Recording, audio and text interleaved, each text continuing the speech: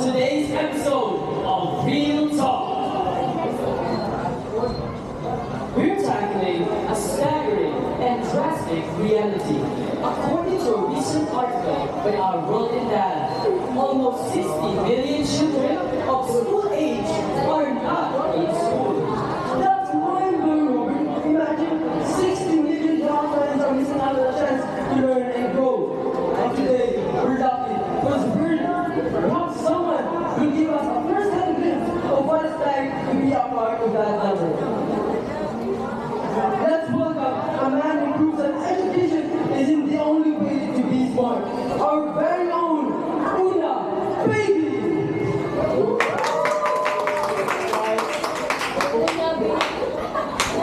So, how are you, Una Baby? I'm just trying for today, and after this talk show, I'm kind of nervous because I'm just a student after all, and I'm scared that public speaking. So, Una Baby, I've heard that people without education are struggling these days. So, when I ask you this, what is it like to live a life without a proper education? Is it hard or easy? Can I use this script? Well, for me, okay. For me,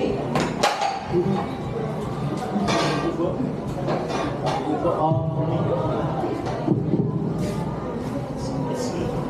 I'm actually very happy at this day because I didn't go to school.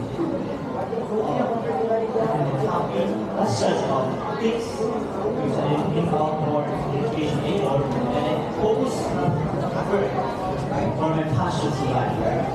Even though my parents are against it, I totally chase my dreams instead of doing what my parents thought.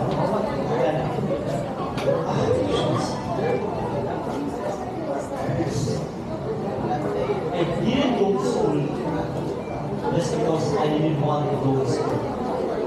Because for some reasons of the pandemic, I isolated myself out. I didn't have socials. I didn't about the school. I didn't have the knowledge.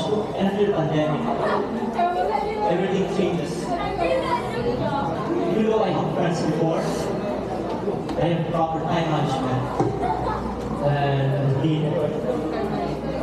doesn't totally help me just because I have this.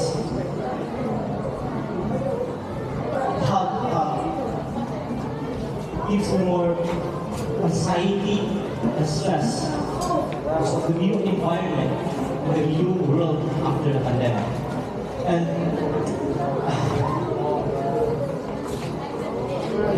after the pandemic, the school girls are always keep slacking every week. Teachers telling us to have an excellent performance in a short period amount of time, which not all of us has the capabilities to do it all at once. And I decided to rest my mental exhaustion rather than keep pushing myself. And I just go and tell my parents that even though they don't care about my mental wellness, they instead criticize my overall well-being instead of advising me on how to cope with this new world experiences. For me, I'm still learning, but not in the traditional education system. And it's kind of sad because my parents didn't support me about school. That would be what I can say, what I realized in school. Wow.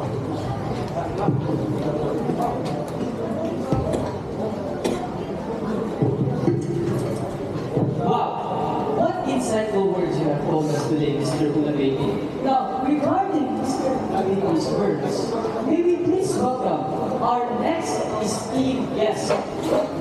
She is an accomplished child and adolescent psychiatrist. Please help me welcome Dr. Marites Sagenites.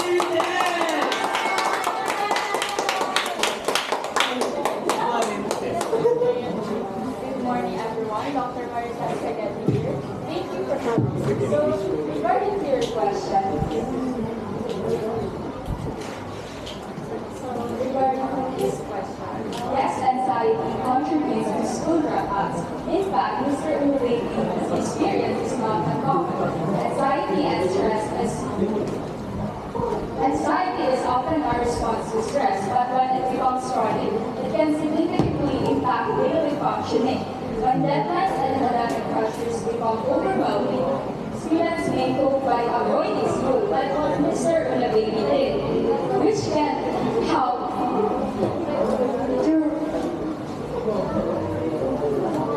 which can provide temporary relief from stress away from school. However, this avoidance can cause this to reinforce the cycle of anxiety. Students might even perceive their time away from school as more productive or restful, allowing them to recharge. However, this avoidance can make the problem worse, leading to a cycle of anxiety and a higher chance of dropping out. It's important to understand that this behavior isn't due to laziness or a lack of motivation. Rather, it's a way of coping with intense mental health challenges.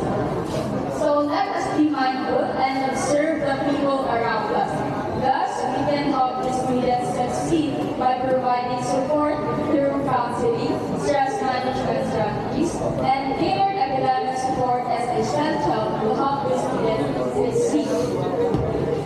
Thank you, Dr. Malatesta, deadly for that valuable speech. You reminded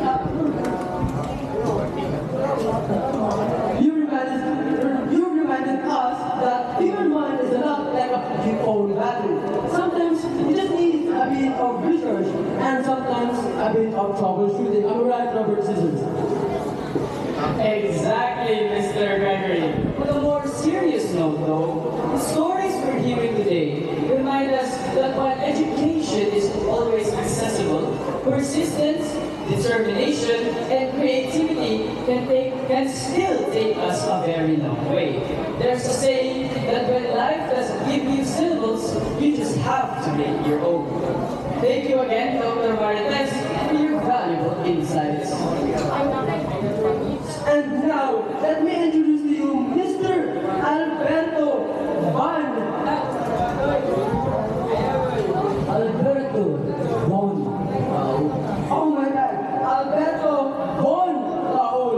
Alberto Von Laol, an educational expert, was traveled around 1,000 countries because of his persuasive voice, and has an IQ of 161, just a number higher than Einstein's IQ.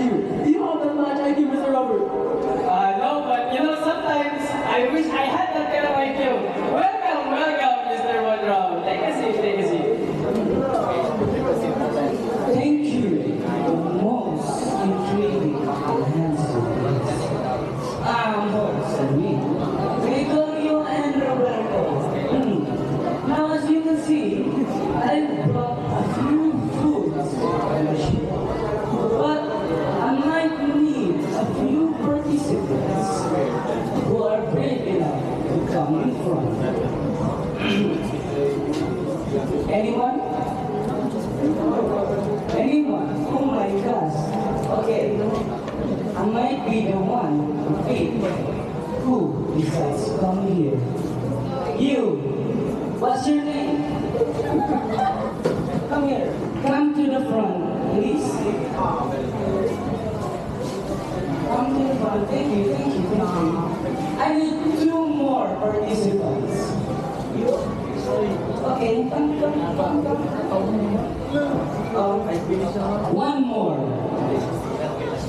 Oh my God. No one wants to come. You, don't cover your eyes. Come here.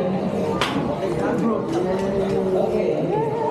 Please, honor those. Please give them the food.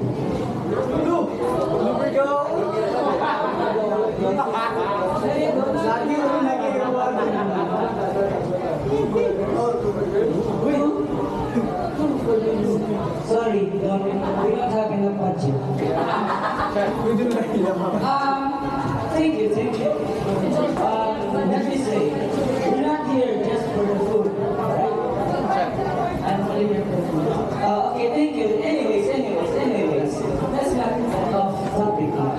First,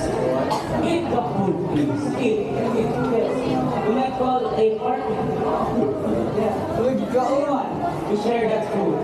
Now, you might be wondering, first up, we have a type of food only the middle class can afford.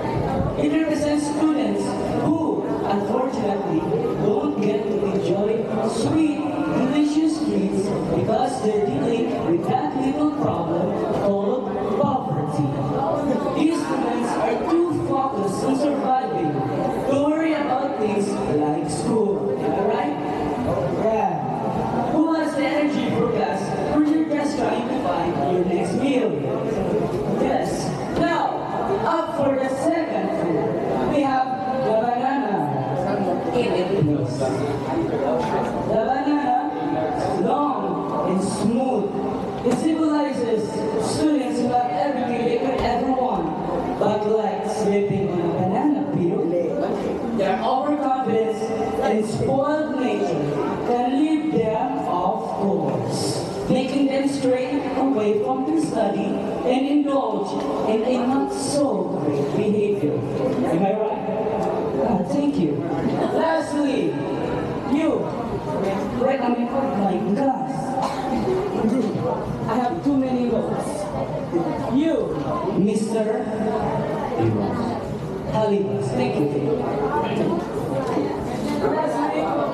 At first, what he has eaten seems sweet and delicious, but then you bite into it, and it's hard, right? Yes. Not that enjoyable. Yes. This represents the student who starts out strong, but faces a rough road ahead.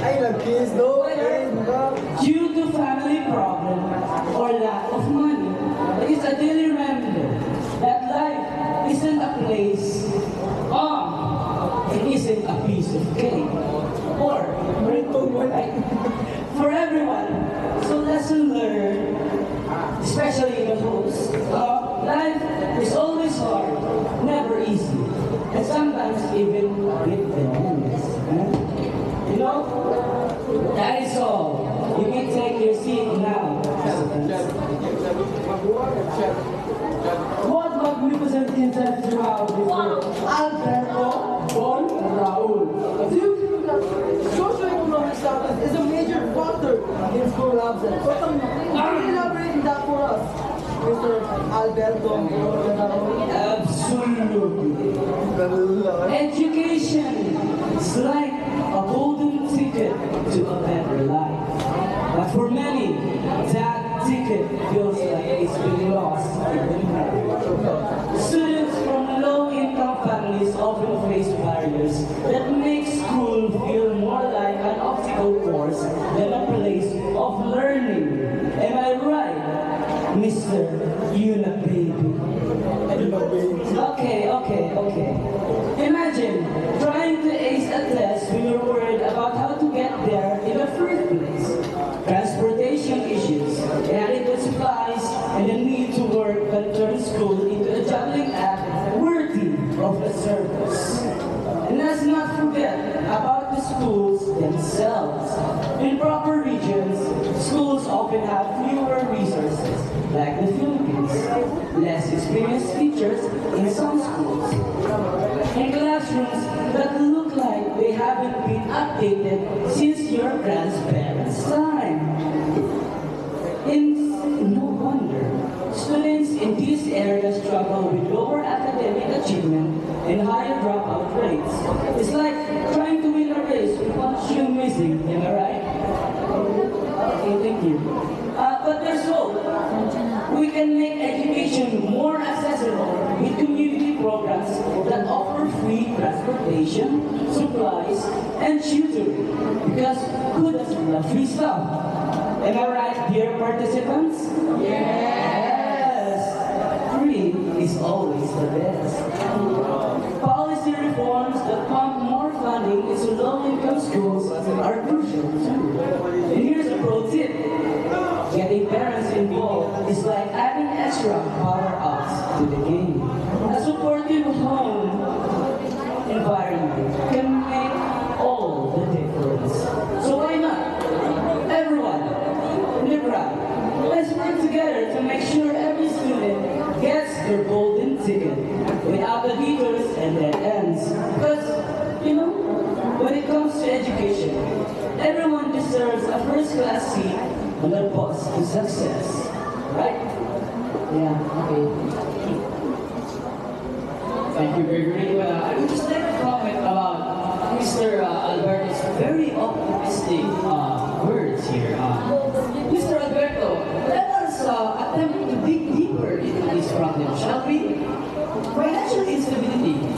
We all know that plays a big role in keeping students out of school. So tell me, Mr. Alberto, as an educational expert, how can schools themselves address these issues? Thank you, Roberto. Absolutely. Financial instability is like a roadblock that keeps many students from leaving the books.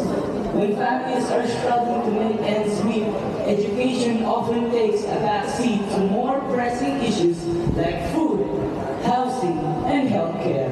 It's hard to focus on algebra when you're worried about where your next meal is coming from. This financial strain can also lead to chronic health problems within the household, which can seriously impact a student's ability to perform well in school. It's a bit like trying to run a marathon with a heavy backpack. Can you do that? No. Academic performance takes a hit and drop-out grades tend to climb. So, it's clear, if you want to keep students in school and help them succeed, we need to tackle the financial roadblocks head on. Because no student should have to choose between their education and their next meal.